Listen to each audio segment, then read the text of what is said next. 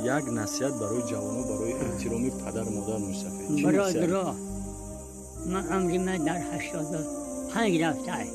برای جوانها، من 2 تا پسر دارم، مرا پسر نمیکنن، حقارت‌های زنانه کردن، خمر زن من چی گپایی نمی‌گفتن.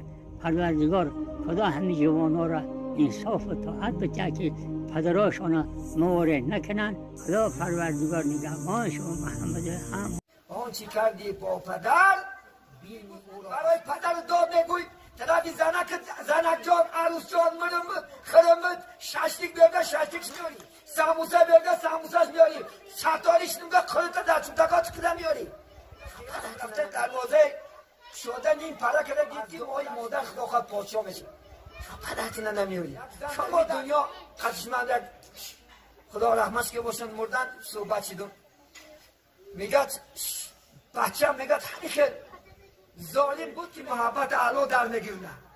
آخرم نکند که خدا در کار موند. آمانه شدن را فراموش نکنید. پدر یک تحیکای پیغمبر را میبینید.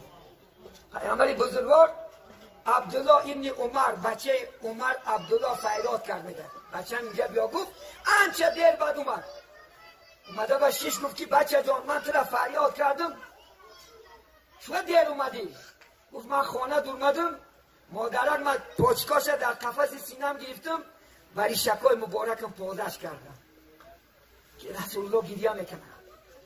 میگه پیغمبر چی شد؟ یا پیمو برای شما وزنی قطید؟ نه، کاش مادرم زنده میبدو منم برای شکای مبارکم پاچکاش تازه میکردم. افسوس. پیغمبر آرزو کردن چون که رسول الله 6 سالگی مادرش مردگی هستن.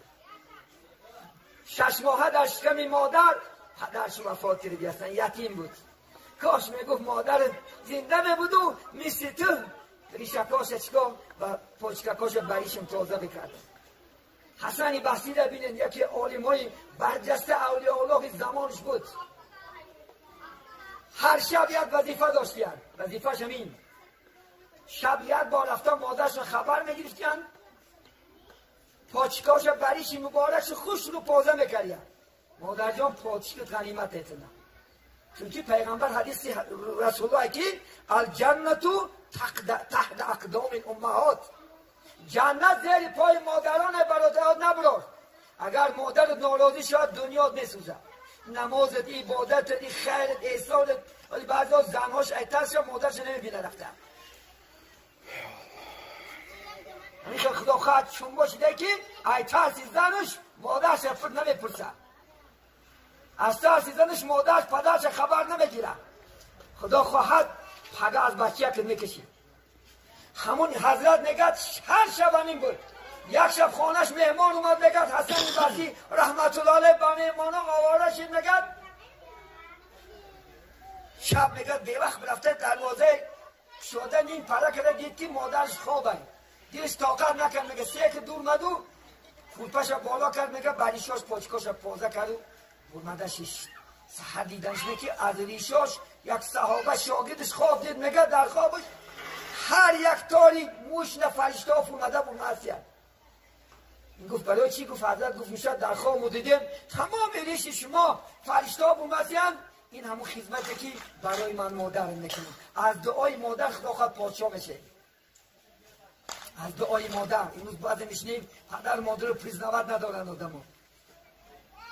خدا خواهد یک بارک بچه یک تا نکنه بعد میدونی. خدا خواهد بچه یک کلان شد یک بار گو که بچه ما آدسته بیاد پشالت بیاد و یک بار میمری زنده میشه. چون که پدر تا گفتگی آنچه کردی با پدر بینی او را از پسر. خدا خواهد از بچه یک میبینی.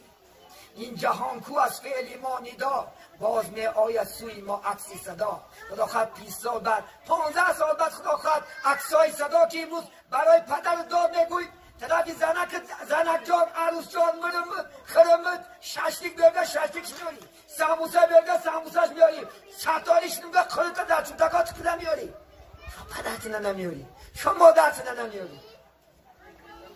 یک زن در این دنیا قدشمند خدا رحمتش که باشن مردن صحبت شدون.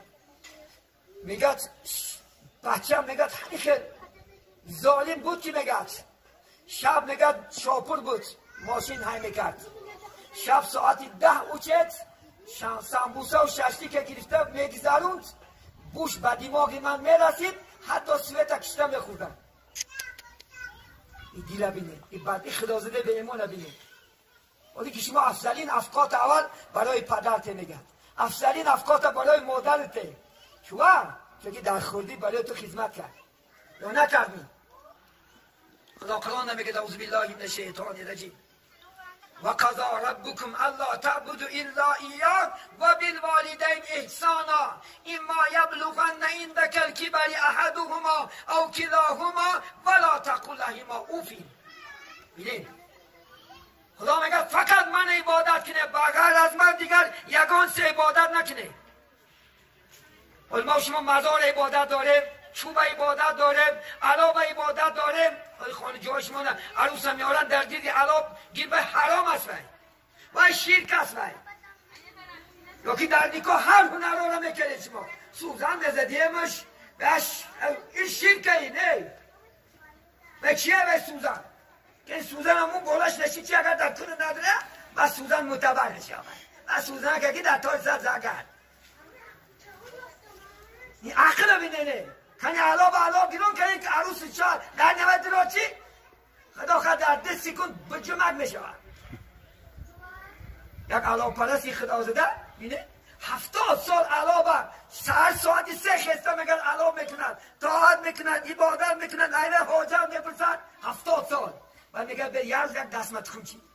حقی دستش میتخه دستش میسوزه لعنت بر طوری میگه خدا و من تا 70 سال عذاب کشه ساعتی 3 خسته علابت کنم نوادیشت کنم تو بجای من نگه داشتن تو بان من میسوزمی من نفرت کردم من رو به خدای عالم آوردم. یه عقل در کار اسلام ده این همش شرک است.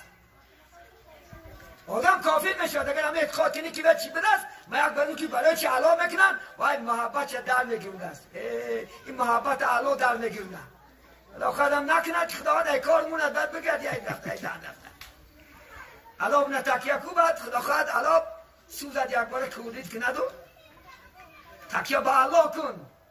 الله هست نگهبانی ما شما نگهبانی تو باشد ذاتی جبار نترس از هیچ کس زینهار اگر میگه خدا مبارک کنه بالا ای هیچ کس نترس نگهبانی تو باشد ذاتی جبار نترس از هیچ کس زینهار کسی را که نگه دارنده شد او نمیگردد خیانت یکتاری مو.